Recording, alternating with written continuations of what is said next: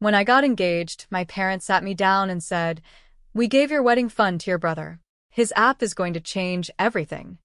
That was $45,000. I got married at City Hall in a $120 dress.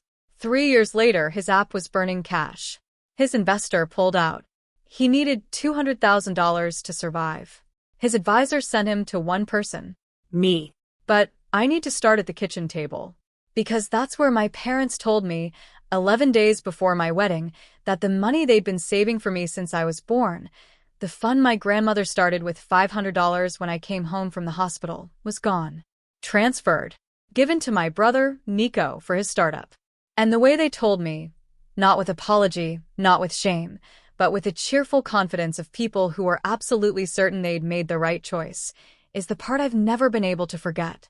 My name is Beatriz Ochoa Lind. I'm 34 years old.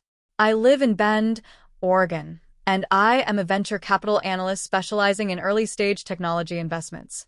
Which means, in the simplest possible terms, that I spend my days evaluating whether startups deserve money. The irony of that is not lost on me. It has never been lost on me. Not for one single day in the past 8 years. Let me tell you about my family because you can't understand the kitchen table without understanding the house it was in. I grew up in Medford, Oregon, Southern Oregon, Rogue Valley, about 4 hours south of Portland and roughly 1 million cultural miles from anywhere anyone would consider cosmopolitan. Medford is a town of about 88,000 people built around pear orchards, the Rogue River, and a general philosophy that hard work matters more than credentials. My father, Arturo Ochoa, worked as a mechanic at a Ford dealership on Biddle Road for 31 years. My mother, Karen Lind Ochoa, half Swedish, raised Lutheran, married a Mexican-American Catholic and never quite resolved the cultural math, was an administrative assistant at Asante Rogue Regional Medical Center. Together, they made enough to own a 3-bedroom house on Oak Grove Road, drive reliable trucks, and save modestly for 2 things, retirement and their children's futures. They had 2 children. Me, the eldest by 3 years, and Nico. Nico Ochoa Lind was, from birth, the sun around which my family's solar system orbited. I don't say that with bitterness, or at least, not with as much bitterness as I used to. It's just a fact. Nico was charismatic. Nico was handsome. Nico had a specific kind of confident energy that made teachers, coaches, youth group leaders, and eventually investors believe that whatever he was doing was important, even when it wasn't. He could walk into a room of strangers and leave with 5 new friends and a dinner invitation. He could pitch an idea for a tree house at age 11 and make it sound like a real estate development.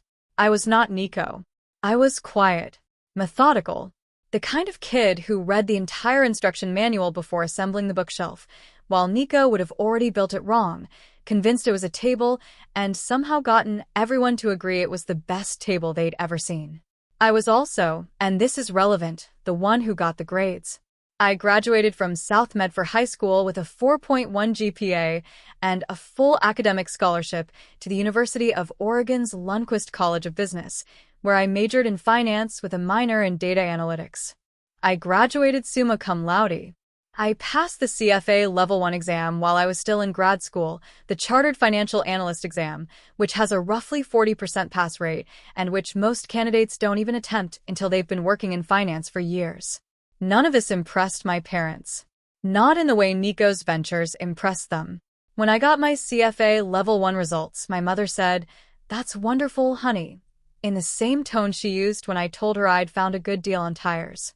When Nico announced, the same year, that he was developing an app, at that point, he dropped out of Oregon State after 2 semesters to pursue his vision. My parents hosted a dinner party. A literal dinner party. With a cake. I'm not telling you this to paint my parents as villains.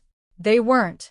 They were good people who loved both their children but understood one of them and mythologized the other. My father saw in Nico the ambition he'd never had. My mother saw in Nico the confidence she wished she'd been raised with.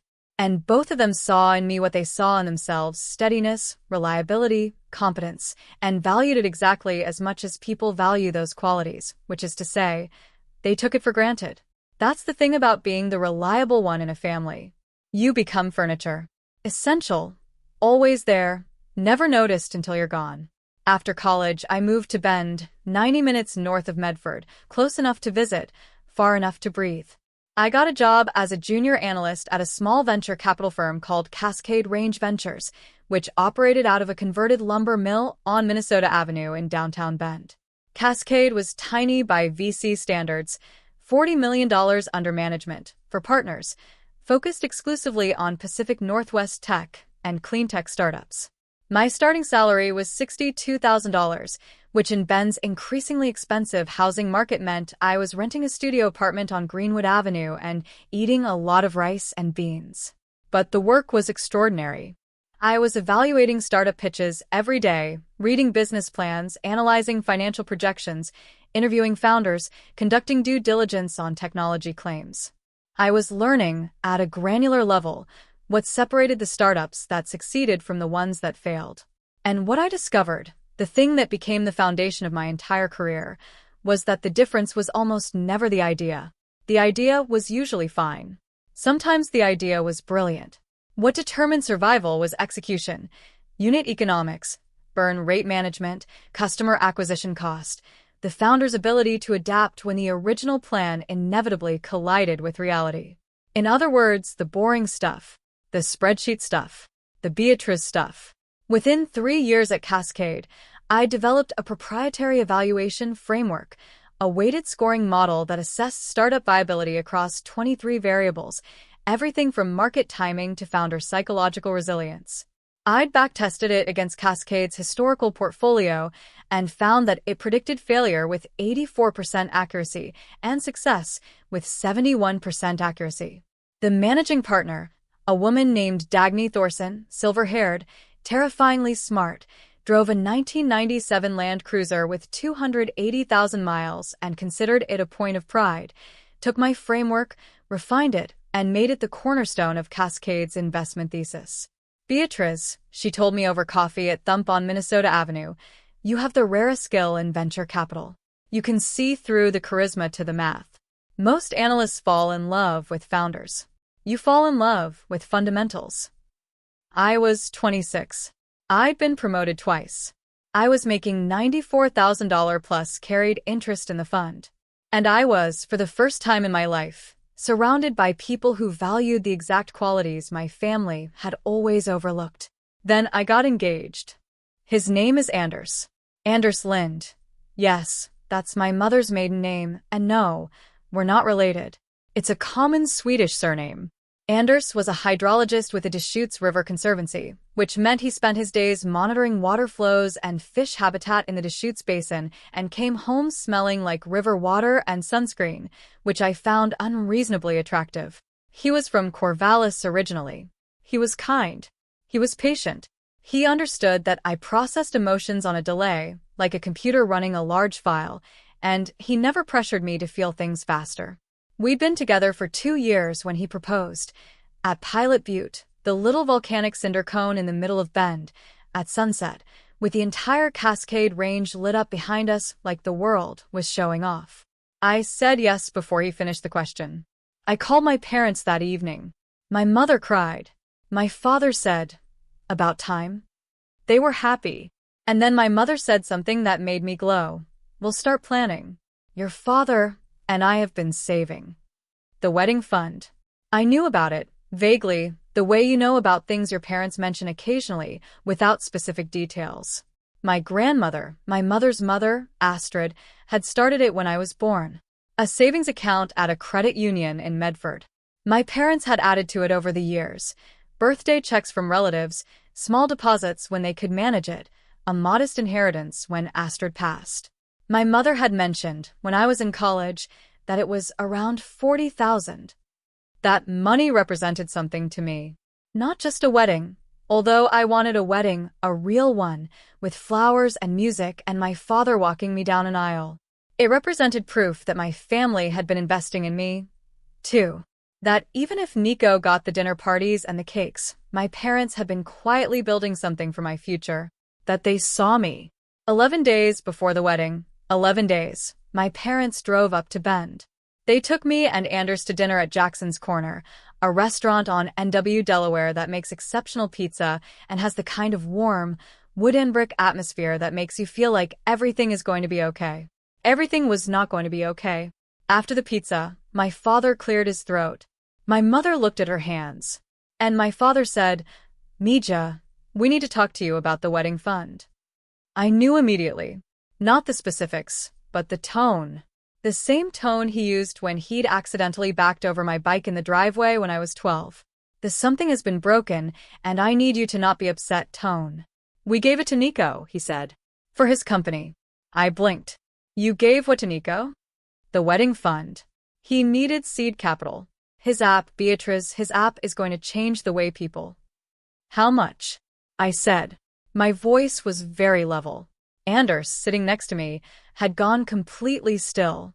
45,000, my mother said.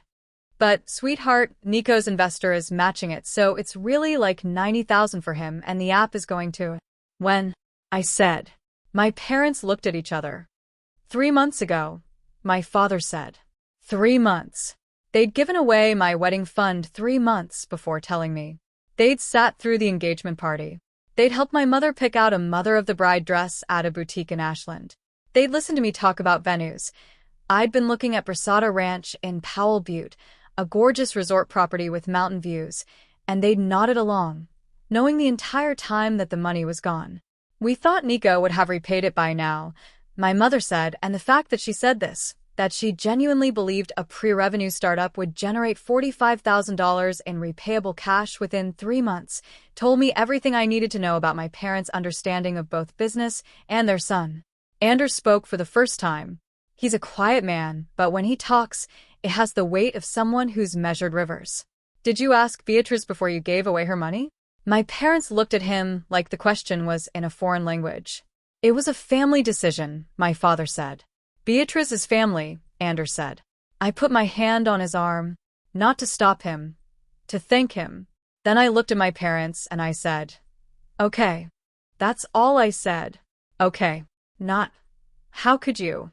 Not, "That's unforgivable." Just, "Okay," in the same tone my mother had used when I'd passed the CFA exam.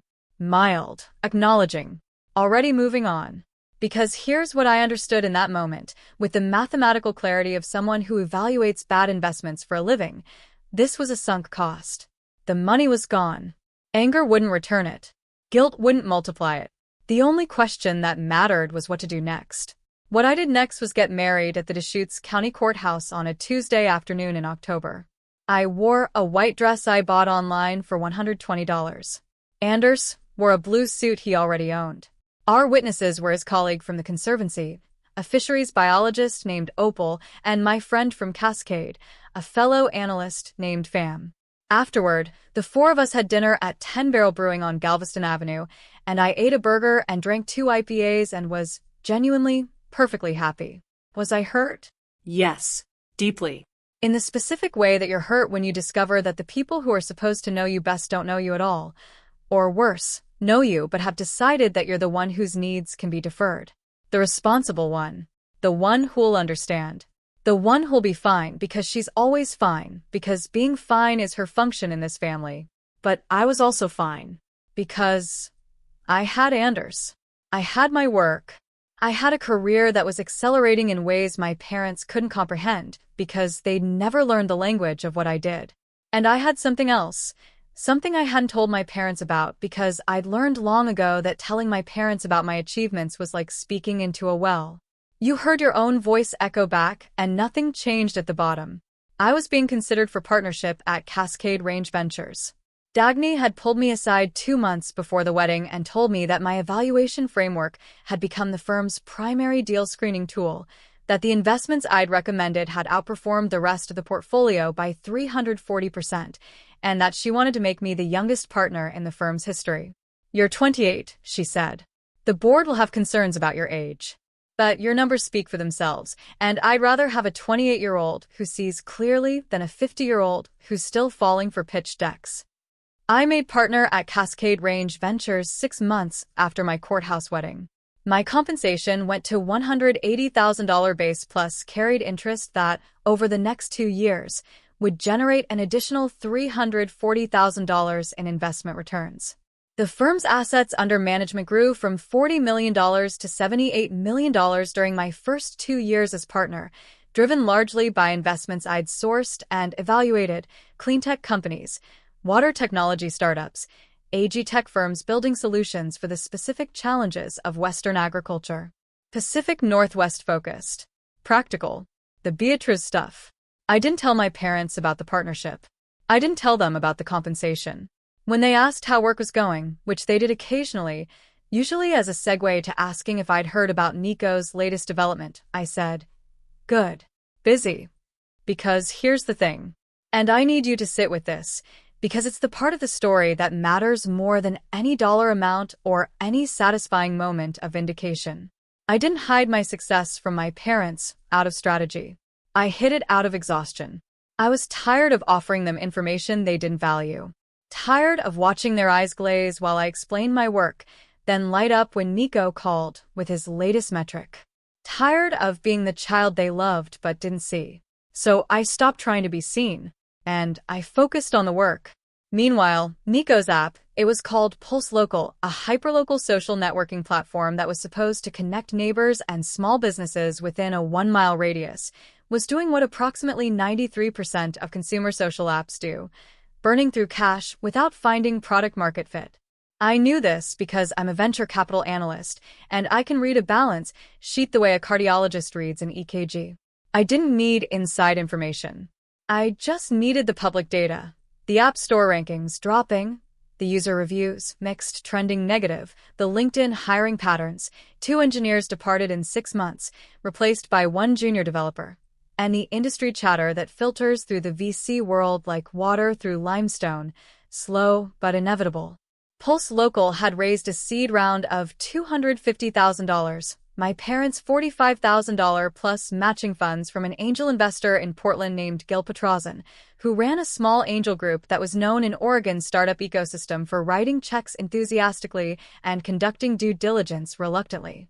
The burn rate, based on the team size and Nico's Portland office lease, was roughly $18,000 per month, which meant that the $250,000 seed round would last approximately 14 months, less if user acquisition costs ran high, which they always do for consumer social platforms. I ran the numbers on a napkin at Thump one afternoon.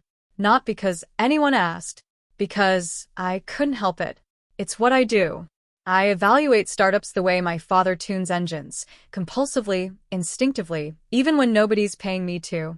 The napkin said Pulse Local would be out of money by month 16. I wrote month 16 on the napkin, circled it, and put the napkin in my desk drawer. Then I went back to work on actual investments. Pulse Local ran out of money in month 15. 1 month earlier than my napkin predicted, because Nico had signed a lease on a larger office space in the Pearl District that accelerated the burn. I found this out not from Nico. We barely spoke, but from Dagny, who mentioned casually one morning that Gil Petrozan's angel group was pulling out of a consumer social deal in Portland because the metrics looked like a slow-motion car accident. The founder's last name is Ochoa Lind, Dagny said, looking at me over her reading glasses. Any relation? My brother, I said. Dagny nodded slowly. She didn't say anything else. Dagny was not a woman who wasted words on situations that spoke for themselves. 2 weeks later, Nico's advisor, a startup mentor named Claude Waring who ran an incubator program in Portland and who had, apparently, been trying to help Nico pivot Pulse Local into something sustainable, sent an email to Cascade Range Ventures, requesting a meeting. Not with Dagny. Not with the firm, generally. With me, specifically. The email was professional. It explained that Pulse Local was seeking a bridge round of $200,000 to fund a pivot from consumer social to small business analytics, a B2B model that would use Pulse Local's existing local data infrastructure to provide foot traffic and consumer behavior insights to small businesses. Claude Waring believed the pivot had merit, but acknowledged that the company's consumer metrics were challenging and that the bridge round would need to come from an investor willing to bet on the team's ability to execute a fundamental strategic shift. He was asking me to evaluate my brother's company for investment. I sat with that email for a long time. I read it 3 times. Then I closed my laptop, drove to the Deschutes River Trail, and walked for 2 hours along the water, listening to the current, and trying to separate what I felt from what I knew. What I felt was complicated. Anger, old anger, the kind that lives in your body like a low-grade fever. Some satisfaction, if I'm honest. And underneath both of those, something I didn't expect. Concern. For Nico. Because whatever had happened between us, whatever my parents had done with that $45,000, Nico was still my brother. He was still the kid who used to build tree houses that fell apart and somehow convinced everyone they were supposed to be that way. He was in trouble, and trouble is trouble regardless of how the person got there. What I knew was this. I was a partner at a venture capital firm. I had a fiduciary duty to my fund's investors. I could not let personal history, positive or negative, influence an investment decision. If Pulse Local's pivot had merit, it deserved evaluation on its merits. If it didn't, no amount of family loyalty could justify putting my investors' money into a failing company. I responded to Claude Waring's email and scheduled a meeting. I did not tell my parents. I did not tell Nico that I knew. I walked into that evaluation the same way I walked into every evaluation, with my framework, my spreadsheets, and my commitment to seeing through the charisma to the math. The meeting was at Cascade's office in Bend. Claude Waring drove down from Portland, and he brought Nico. I hadn't seen my brother in almost a year. He looked thinner. Tired in a way that I recognized because I see it in founders constantly, the specific exhaustion of a person who's been running on conviction and caffeine and is beginning to suspect that conviction might not be enough. He walked into the conference room and saw me, and his face did something I'll never forget. It cycled through about 5 emotions in 2 seconds: surprise, confusion, embarrassment, something that might have been shame, and finally a kind of resigned recognition.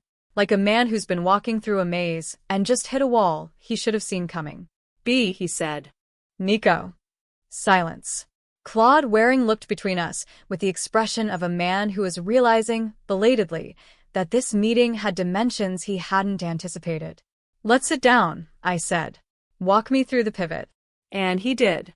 For 90 minutes, Nico pitched me his sister, the girl who got married at a courthouse because he'd taken her wedding fund. He pitched me on Pulse Local's B2B pivot, the small business analytics platform, the data infrastructure, the revenue model, the go-to-market strategy. I have to tell you something, the pivot was good. Not brilliant. It had gaps, especially in the customer acquisition strategy and the pricing model, but the underlying concept was sound. The local data Pulse Local had collected, while insufficient for a consumer social platform, had genuine value as a B2B analytics tool. Small businesses, coffee shops, restaurants, boutiques, service providers, desperately needed affordable, hyperlocal consumer behavior data, and the existing solutions were either enterprise-grade and expensive or crude and unreliable. The idea was good. The data asset was real. The market need was genuine. The execution plan was a mess. I told him so. Directly, specifically, with the annotated clarity of someone who evaluates startup execution for a living. I identified 7 deficiencies in his pitch: burn rate projections that assumed best-case scenarios, a customer acquisition funnel that hadn't been validated, a pricing model that was 40% too low based on comparable B2B SaaS benchmarks, a technical roadmap that underestimated development timelines by at least 3 months, and 3 missing elements in his competitive analysis. Nico listened. He didn't argue. He didn't deflect. And that, more than the pivot concept, more than the data asset, more than anything in his pitch deck, was what surprised me. Because the Nico I knew was a deflector. The Nico I knew had an answer for everything and a willingness to confront nothing. But this Nico, the one sitting across from me with bags under his eyes and a pitch deck full of holes, this Nico was listening. Really listening. Writing notes. Asking clarifying questions. Taking feedback without flinching. Failure had done something to him that success never had. It had made him teachable.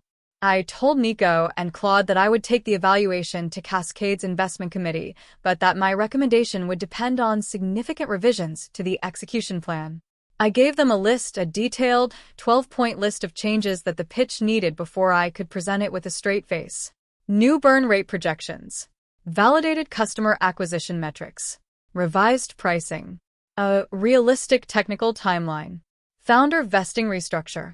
This is a lot, Claude said, looking at the list. This is the minimum, I said. Nico looked at me. How long do I have? 3 weeks. That's when the committee meets. He nodded, and then he said something quiet. Not for Claude's benefit. For mine. I know this is complicated. What Mom and Dad did with This isn't about that, I said. And I meant it. This is about whether your company deserves investment. If it does, I'll recommend it. If it doesn't, I won't. What happened at Jackson's Corner 3 years ago has nothing to do with what happens in this room. He looked at me for a long time. Then he said, "You're a better person than I am." "No," I said. "I'm a better analyst. Being a better person is a separate project." He almost smiled. Almost. Nico came back in 3 weeks with a revised pitch that addressed 11 of my 12 points.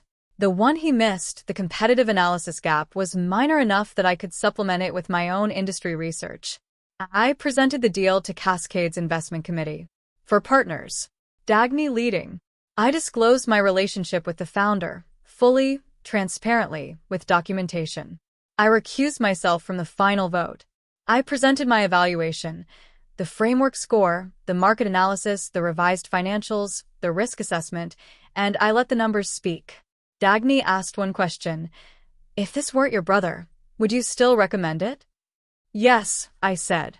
The B2B pivot addresses a real market need with an existing data asset. The execution risk is high, but manageable with proper oversight. My framework scores it at 67 out of 100, which places it in our investable range, barely. Barely, Dagny repeated. Barely, I confirmed. But some of our best returns have come from barely. The committee voted 3-1 to invest. $200,000 bridge round. With conditions, milestone-based disbursement, monthly reporting requirements, and a board observer seat. Dagny appointed me as the observer, which meant I'd be reviewing Nico's financials, his metrics, and his strategic decisions on a monthly basis. My brother's company survived because of my recommendation. Let me be clear about that.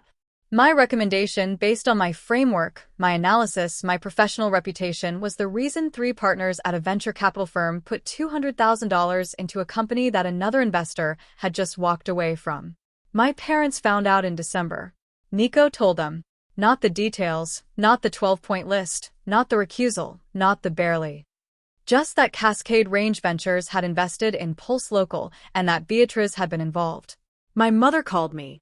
"Mija, Nico told us about the investment. That's so wonderful that your company is helping him." My company is helping him. Not. You evaluated his business and put your professional reputation on the line. Not. You treated the brother who took your wedding fund with more fairness than he deserved. My company is helping him. As if I were a conduit, not a decision maker. A pipe, not a pump. "Yeah, Mom," I said. "It's good.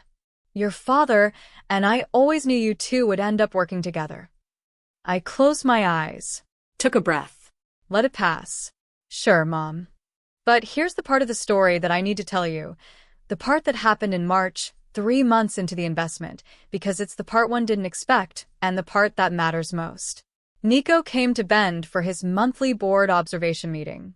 We met at Cascade's office, went through the financials, which were improving, slowly, the way financials improve when someone is finally paying attention to unit economics instead of vanity metrics, and then, after the formal meeting ended, he asked if I wanted to get coffee.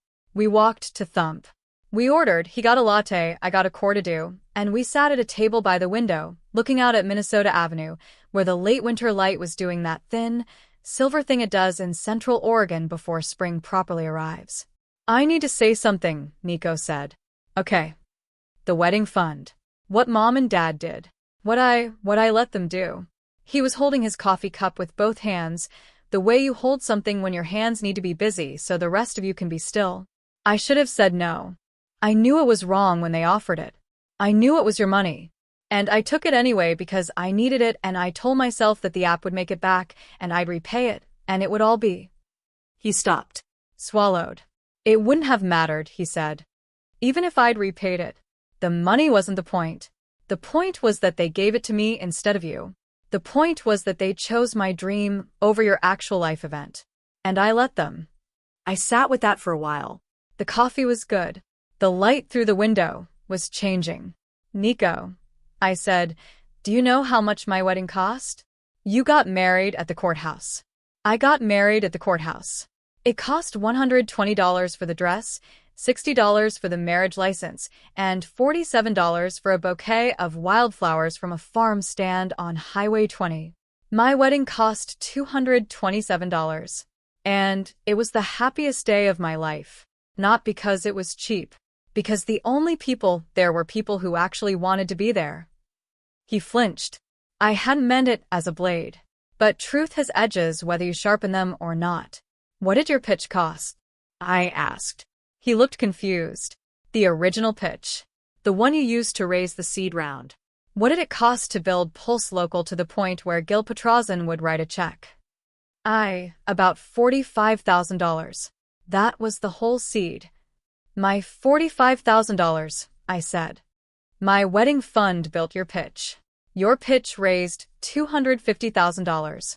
Your $250,000 built a data asset. Your data asset was the foundation of the B2B pivot. And the B2B pivot is what I evaluated when I recommended a $200,000 investment that saved your company. He stared at me. So, in a way, I said, my wedding fund did come back to me. Just not as a wedding. It came back as a deal.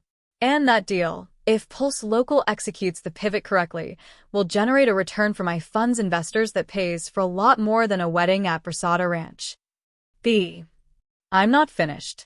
I need you to understand something. I didn't recommend the investment because you're my brother. I recommended it because the B2B pivot scored 67 on my framework, which puts it in investable range. If it had scored 55, I would have said no. If it had scored 40, I would have said no and meant it. Your company survived because the numbers worked, not because I love you. Although I paused. I do love you, even when you make it extremely difficult. He put his coffee down. His eyes were wet. Nico, who could pitch a room of 50 investors without blinking, was sitting in a coffee shop in Bend, Oregon, trying not to cry in front of his sister. I'm going to repay the $45,000, he said. No, you're not, I said. You're going to hit your Q2 milestones so my investment committee doesn't regret listening to me. That's worth more than $45,000. He nodded, wiped his eyes with the back of his hand, and then he said something that, okay. I'm going to tell you what he said, and I need you to understand that I'm not a person who cries easily. I'm a venture capital analyst. I evaluate things. I don't emote about them. But what he said next broke through every wall I'd built. I used to think you were boring, he said. When we were kids, you were so careful, so serious, so focused on details.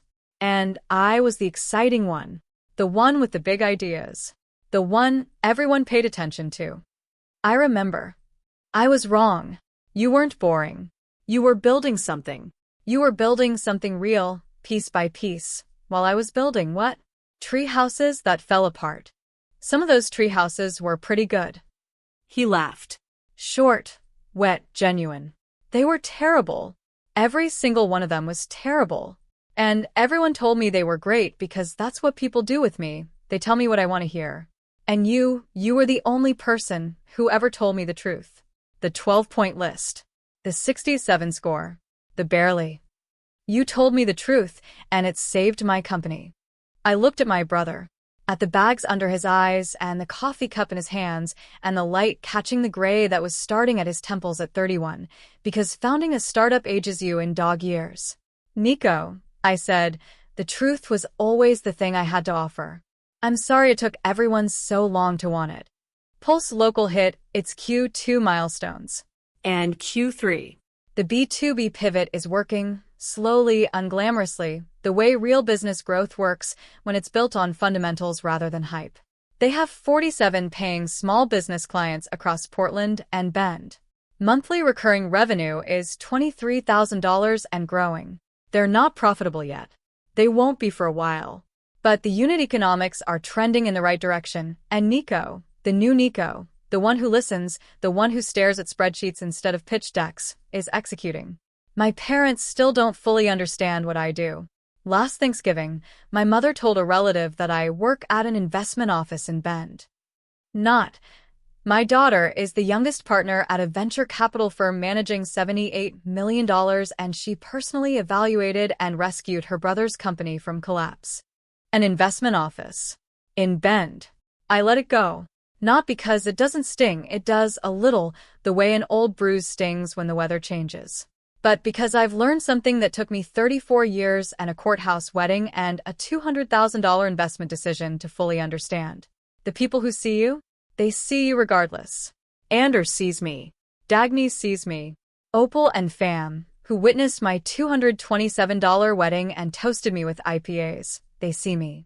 Even Nico, now belatedly imperfectly from across a table at a coffee shop in Bend, Nico sees me. And the people who don't? You can't make them. You can achieve. You can succeed. You can build a career so impressive that strangers write about it and colleagues defer to it. And your mother will still say, investment office, and your father will still light up brighter for your brother's tree houses than for your fortress. That's not a tragedy. It's just a fact. And facts, once you accept them, lose their power to wound. My wedding fund built a startup. That startup became a deal. That deal became a case study in my portfolio. And that portfolio became the foundation of a career that nobody in my family fully understands, but that I, sitting in a converted lumber mill in Bend, Oregon, with a jar of Cortadou and a spreadsheet open on my laptop, am profoundly, quietly, completely proud of. The $120 dress still hangs in my closet. Anders says I should frame it. Maybe I will. Some families give you wings. Some families give you weights. And some families give your wings to your brother and then wonder why he can't fly. But here's the secret. The one nobody at that kitchen table understood when they told me the money was gone. I never needed the wings. I was already building the engine. Piece by piece. Column by column. Spreadsheet by spreadsheet. And engines, unlike wings, don't depend on the wind. If this story resonated with you, leave a comment about a time your family invested in the wrong sibling and what you built with what was left. And if you're the reliable one, the furniture, the one they call fine because they've never had to call you anything else, your time is coming. It's already here. You just might not have noticed because you were too busy building.